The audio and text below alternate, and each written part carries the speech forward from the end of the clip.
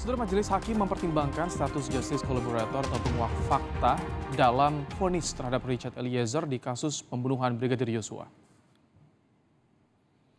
Hakim juga menilai keberanian Eliezer mengungkap kebenaran walaupun berisiko harus diapresiasi.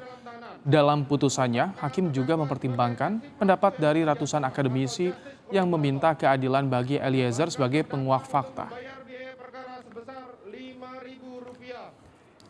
Dan merasa mendapat tekanan berkaitan dengan permohonan amicus curiae terhadap perkara terdakwa Richard Eliezer.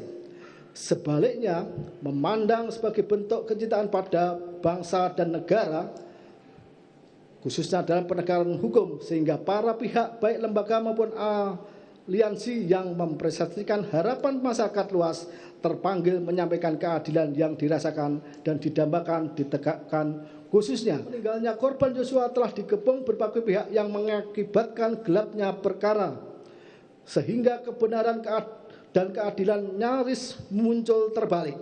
Maka kejujuran, keberanian, dan keteguhan terdakwa dengan berbagai risiko telah menyampaikan kejadian sesungguhnya sehingga layak terdakwa ditetapkan sebagai saksi dan pelaku yang bekerja sama.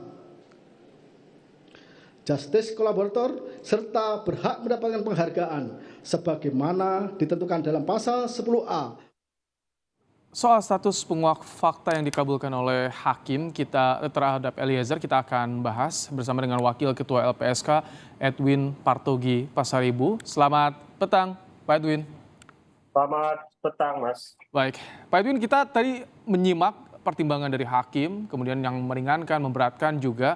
Bagaimana secara keseluruhan LPSK melihat vonis terhadap Eliezer?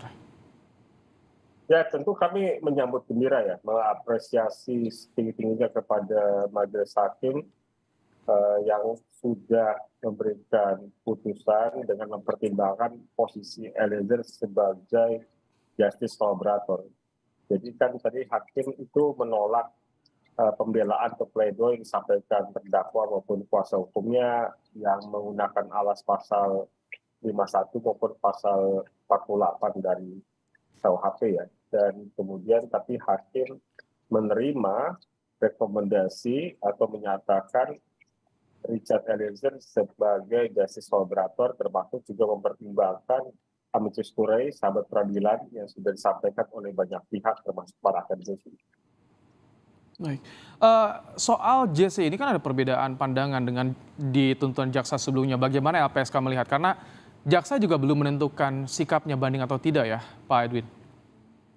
Ya, pertama yang saya sampaikan sebaiknya jaksa tidak perlu melakukan upaya banding karena apa yang diputuskan oleh Majelis Hakim sudah sesuai dengan peraturan perundang-undangan. LPSK, kejaksaan, pengadilan, polisian, ya semua kementerian lembaga adalah pelaksana undang-undang. Ya. Dan apa yang menjadi reward atau penghargaan buat justice collaborator juga diatur dalam undang-undang. Sebagaimana sering kami sampaikan, rewardnya adalah dipidana paling ringan di antara terdakwa lainnya. Ya, jadi sudah masuk ke poin itu bahwa pemidanaan atau vonis hakim adalah pidana paling ringan di antara terdakwa lainnya. Jadi sudah terpenuhi apa yang menjadi perintah dari undang-undang buat semua kementerian lembaga dan seluruh Indonesia, bahwa itu yang kemudian sebaiknya kita hormati. Oke. Tadi kita lihat visualnya pasca persidangan LPSK langsung mendekati Eliezer. Jadi saat ini, Pak Edwin, apa upaya dari LPSK untuk melindungi Eliezer setelah mendengarkan vonisnya? Sampai kapan akan dilakukan, Pak Edwin? Ya, kita sudah melewati satu fase 6 bulan pertama, dari sejak bulan Agustus sampai dengan bulan Februari ini. Dan Eliezer akan masuk fase 6 bulan kedua dalam perlindungan LPSK. Sejauh ini belum ada yang berubah dari perlindungan LPSK. LPSK masih berada paling dekat dengan Eliezer di tempat penahanannya. Jadi kami masih memastikan dan menjamin keselamatan, keamanan Richard Eliezer. Sampai masa tahanan habis, atau sampai kapan? Sampai ingkrah atau sampai seperti apa nanti perlindungannya? Kalau perlindungan di LPSK itu tidak linear dengan putusan perkara. Artinya sekalipun perkaranya sudah inkrah, ya, atau sekalipun masa penahanan sudah habis, tetapi apabila kebutuhan akan perlindungannya masih diperlukan, maka tetap bisa diberikan perlindungan. Begitu, Mas.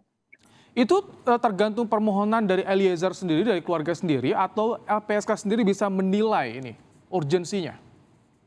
Ya, pertama tentu karena sifat perlindungan itu sukarela, ya, voluntary, artinya dari pihak yang mau dilindungi itu harus menyatakan kesediaan dalam bentuk surat permohonan. Jadi kalau tadi saya sampaikan sudah masuk 6 bulan pertama sudah selesai di fase itu, ke 6 bulan kedua itu pihak yang membutuhkan atau Eliezer harus mengajukan permohonan perlindungan lagi, perpanjangan perlindungan.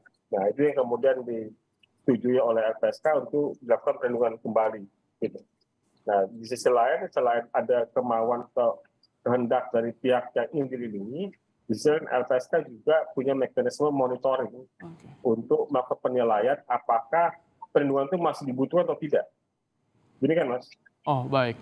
Terima kasih Pak Edwin Partogi, Wakil Ketua LPSK, telah meluangkan waktu dan menyampaikan informasi terkini dalam program Kupas Petang sore hari ini. Sehat selalu Pak Edwin. Sehat selalu.